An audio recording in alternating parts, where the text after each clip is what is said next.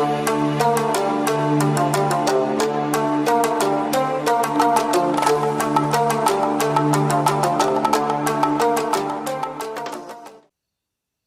Friends, मैं Sachin Chauhan smart study with S Chauhan के इस चैनल पर आप सभी का स्वागत करता हूं।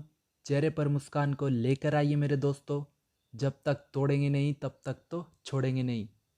चलिए दोस्त, आपका समय बर्बाद किए बिना शुरुआत करता हूं वीडियो की। लेकिन उससे पहले मैं आपको वीडियो का इंट्रोडक्शन दे देता हूं कि इस वीडियो में हम क्या पढ़ने वाले हैं। दोस्त, इस वीडियो में हम आर्मी जीडी के लिए जीके के क्वेश्चन पढ़ने वाले हैं, और वो भी व्याख्या के साथ। दोस्त, ये जो क्वेश्चन है ये आपके राम सिंह यादव की किताब से लिए गए हैं। और अगर आपको पता नहीं है तो मैं आपकी जानकारी के लिए बता देता हूँ कि आर्मी जीडी में सबसे ज़्यादा क्वेश्चन आपके राम सिंह यादव की किताब से पूछे जाते हैं। तो चलिए दोस्त, नोटबुक पेन उठा लेना, और जो जो मैं लिखता जाऊँगा आपने भी लिखना है, क्योंकि आप लोग जितना लिखते हो आपको उतना अच्छे से याद होने लगता है और समझ में आने लगता है। क्योंकि दोस्त, जीके को याद करने का सबसे बेस्ट तरीका होता है, पहले जीके क्वेश्चन को पढ़ो, फिर उस पर गूगल या किताबों से सर्च करो, फिर उसके बाद एक नोटबुक पर आप उस क्वेश्चन को लिख दो और उसके आंसर को व्याख्या के साथ लिख दो। आपको वो क्वेश्चन जिंदगी भर के लिए याद हो जाएगा। तो चलिए दोस्त, ये रहा आपका पहला क्वेश्चन। दोस्त, अगर आपको इस क्वेश्चन के आंसर पता है तो आप नीचे कमेंट बॉक्स में आंसर टाइप करते रहिएगा, इससे आपका रिवीजन हो जाएगा। तो चलिए, ये रहा आपका पहला क्वेश्चन। पहला क्वेश्चन है आपका, पानीपत की तीसरी लड़ाई में मराठा किसके द्वारा पराजित हुए थे? इसका सही आंसर हो जाएगा ऑप्शन सी, अहमद शाह अब्दाली। दोस्त, पानीपत की जो तीसरी लड़ाई हुई थी वो हुई थी आपकी 1761 में। इसमें मराठा और अफगानों के बीच लड़ाई हुई थी, जिसमें से अफगानों की तरफ से लड़ रहा था अहमद शाह अब्दाली। इसका दूसरा नाम है दोस्त अहमद शाह दुर्रानी। इसमें क्या हुआ, मराठा हार गए थे और अफगान यानी कि जो अहमद शाह अब्दाली था वो जीत गया था। चलिए दोस्त, बात कर लेते हैं पानीपत के तीनों लड़ाइयों की। पानीपत हरियाणा में एक जगह है, यहाँ पर 3 लड़ाइयाँ हुई थी जो कि इतिहास की दृष्टि से बहुत ही महत्वपूर्ण है। पानीपत की पहली लड़ाई हुई थी आपकी 1526 में, बाबर और इब्राहिम लोदी के बीच हुई थी। इसमें जो था बाबर जीत गया था और इसने इब्राहिम लोदी को हराकर मुगल साम्राज्य की स्थापना की। तो दोस्त, क्वेश्चन आपसे ऐसे भी पूछ सकता है, बाबर ने किस युद्ध के पश्चात मुगल साम्राज्य की स्थापना की? आपने आंसर करना है पानीपत की पहली लड़ाई, जो कि 1526 में हुई थी। दोस्त, पानीपत की दूसरी लड़ाई जो हुई थी वो हुई थी आपकी 1556 में। अकबर और हेमू, इस हेमू का जो पूरा नाम था दोस्त वो था हेमचंद्र विक्रमादित्य। इसमें क्या हुआ, अकबर जीत गया था और सम्राट जो हेमचंद्र विक्रमादित्य था, जिसको शॉर्ट में हेमू भी कहा जाता है, वो हार गया था। इसके बाद दोस्तों, मैंने पानीपत की तीसरी लड़ाई आपको बता दिया है, 1761 में हुई थी मराठा और अफगानों के बीच, जिसमें अफगानों की तरफ से लड़ रहा था अहमद शाह दुर्रानी, जिसको अहमद शाह अब्दाली भी कहा जाता है। अगला क्वेश्चन है दोस्त आपका, हिमाचल प्रदेश की राजधानी कौन सी है? इसका तो सही आंसर हो जाएगा ऑप्शन बी, शिमला। बाकी ऑप्शन की बात कर लेते हैं। ऑप्शन ए, देहरादून, ये जो है ये उत्तराखंड की राजधानी है। ऑप्शन सी, मंडी, मंडी हिमाचल प्रदेश में एक जगह है। और हमीरपुर, ये भी दोस्त हिमाचल प्रदेश में एक जगह है। दोस्त, आर्मी जीडी का जो क्वेश्चन पेपर होता है उसका लेवल बहुत ही नॉर्मल आता है, और सबसे ज़्यादा क्वेश्चन आपके राम सिंह यादव की किताब से ही पूछे जाते हैं। और ये जो जीके क्वेश्चन है ये भी मैं उसी किताब से लेकर आपको बता रहा हूँ। तीसरा क्वेश्चन है दोस्त आपका, स्वराज्य मेरा जन्म सिद्ध अधिकार है, यह किसने कहा था? इसका सही आंसर हो जाएगा ऑप्शन डी, बाल गंगाधर तिलक।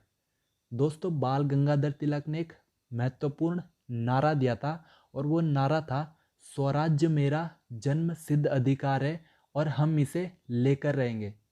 बाकी ऑप्शन की बात कर लेते हैं। पहला ऑप्शन है आपका नेताजी सुभाष चंद्र बोस। इन्होंने एक नारा दिया था, तुम मुझे खून दो मैं तुम्हें आज़ादी दूंगा। इसके अलावा दोस्त इन्होंने 1939 में एक फॉरवर्ड ब्लॉक की स्थापना की थी। ऑप्शन बी है दोस्त आपका भगत सिंह।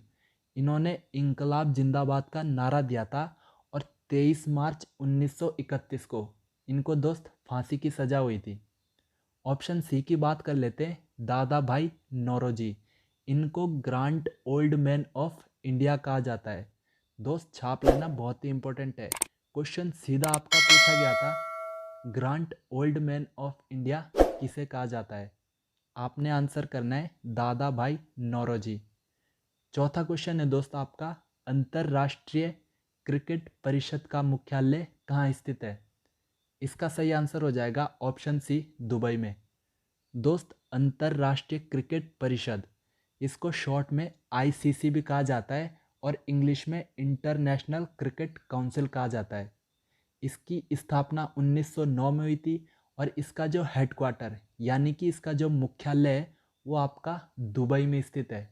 और दुबई यूएई, जिसको संयुक्त अरब अमीरात भी कहा जाता है, वहाँ का एक शहर है। तो दोस्त आईसीसी, जिसको अंतर्राष्ट्रीय क्रिकेट परिषद के बारे में आपने इतनी बातें याद रखनी है। एक बात और याद रखना, आईसीसी के जो अध्यक्ष है 2021 में, वो है दोस्त आपके ग्रेग बर्कले। पांचवा क्वेश्चन है आपका, भारतीय विज्ञान संस्थान कहाँ पर है। इसका सही आंसर हो जाएगा ऑप्शन ए बेंगलुरु में। भारतीय विज्ञान जो संस्थान है वो है आपका बेंगलुरु में। इसके दोस्त भारत की एक अंतरिक्ष संस्था है जो कि बहुत ही इंपॉर्टेंट है और आपकी हर बार एग्जाम में पूछी जाती है। उसका नाम है इसरो। इसरो की अगर बात करूँ मैं, इसकी फुल फॉर्म है Indian space research organisation. Hindi में अगर बात करूँ, भारतीय अंतरिक्ष अनुसंधान संस्थान।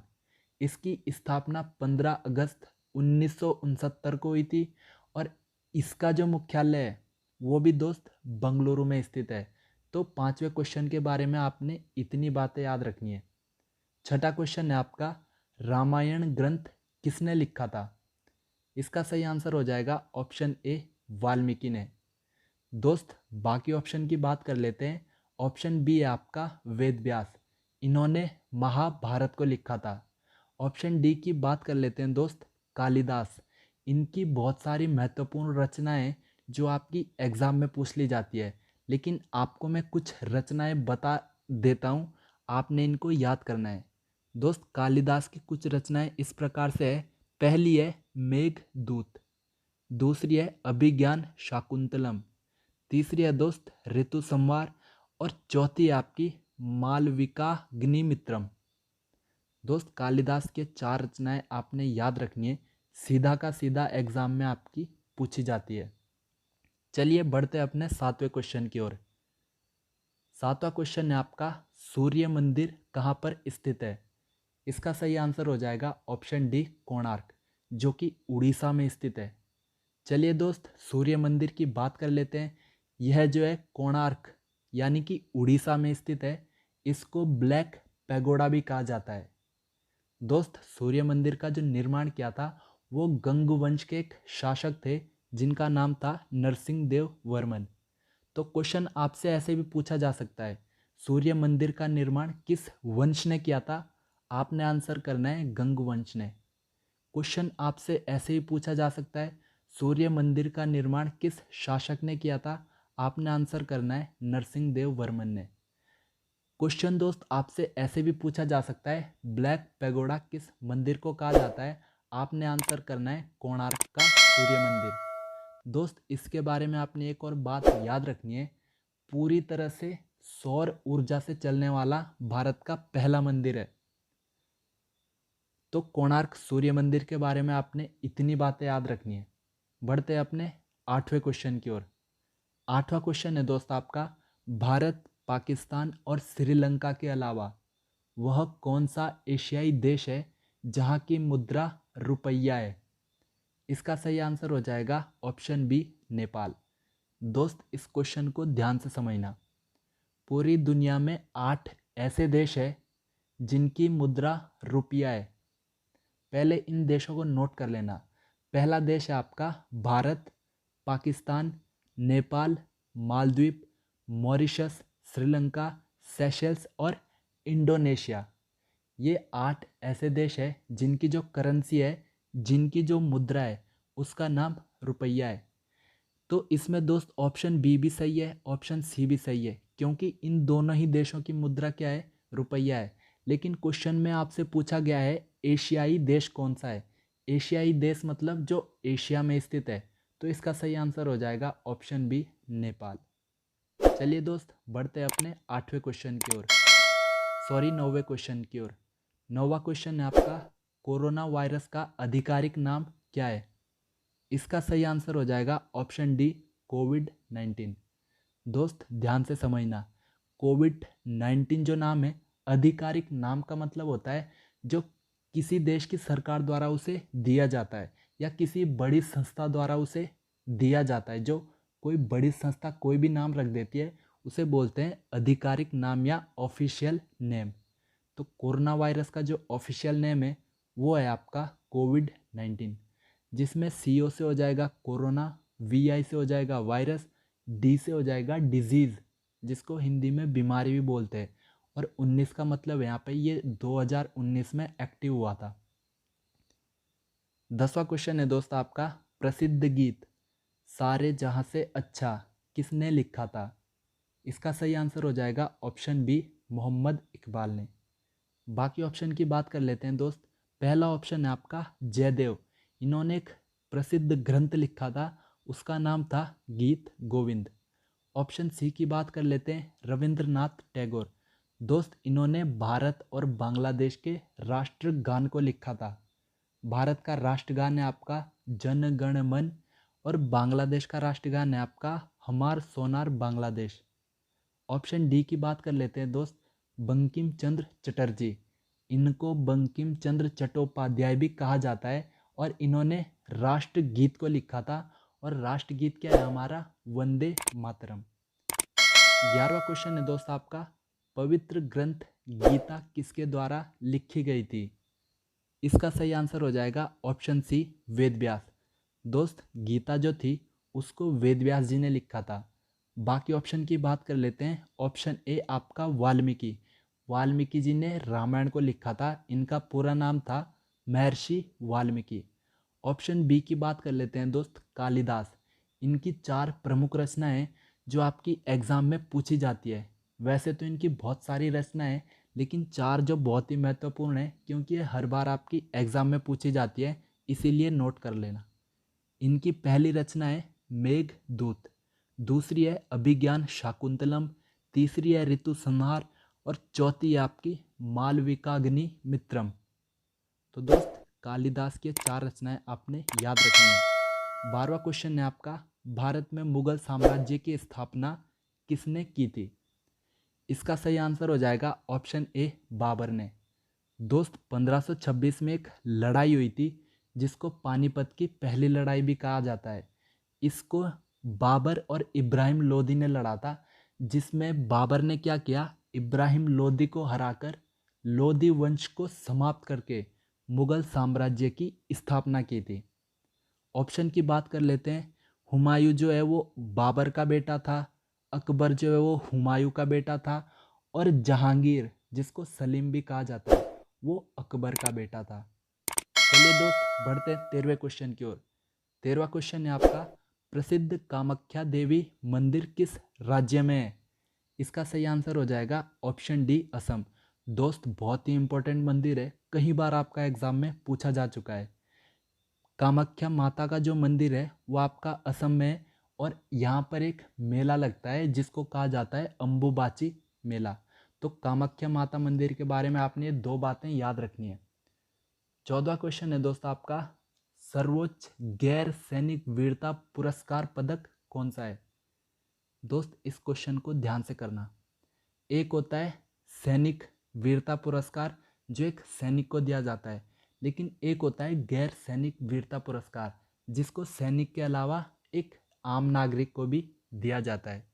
दोस्त अगर मैं सैनिक पुरस्कार की बात करूं तो सबसे ऊंचा जो पदक होता है, सबसे बड़ा, वो होता है आपका परमवीर चक्र। उसके बाद आता है दोस्त महावीर चक्र। उसके बाद आता है वीर चक्र। लेकिन अगर मैं गैर सैनिक की बात करूं, यानी कि जो सैनिक के साथ एक आम नागरिक को भी दिया जाता है, तो वो जो सबसे बड़ा पदक है, जो सबसे बड़ा पुरस्कार है, वो है आपका अशोक चक्र। अशोक चक्र एक सैनिक के साथ साथ एक आम नागरिक को भी दिया जा सकता है।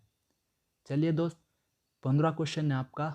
मार्क्सवाद का मुख्य समर्थक किसे माना जाता है? इसका सही आंसर हो जाएगा option B, Karl Marx. Option A की बात कर लेते हैं दोस्त, एम एन रॉय। ये जो है संविधान सभा के सलाहकार थे।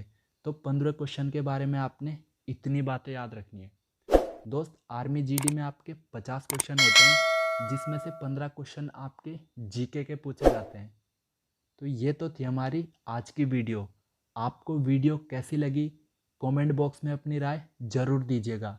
इसके अलावा अगर आपको वीडियो पसंद आया तो यार वीडियो को लाइक कर दो, अपने सभी दोस्तों के साथ वीडियो को शेयर कर दो, और अगर आप लोग हमारे चैनल पर नए हो तो चैनल को ज़रूर सब्सक्राइब करना।